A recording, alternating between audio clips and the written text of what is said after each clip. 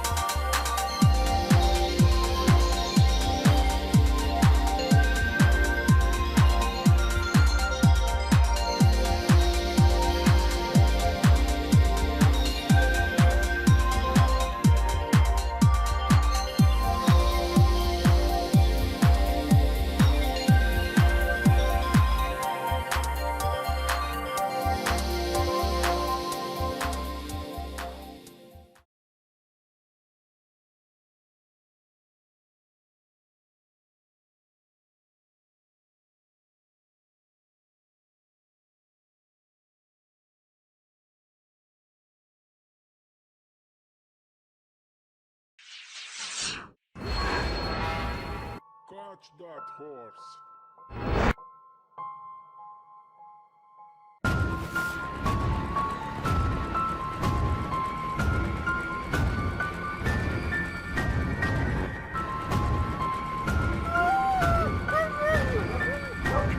I hear something. Hey, it's something in the bush. I think I hear something. Hey, it's something in the bush.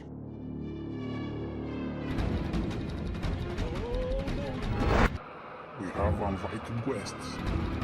Get them with a special warm welcome. We have invited guests.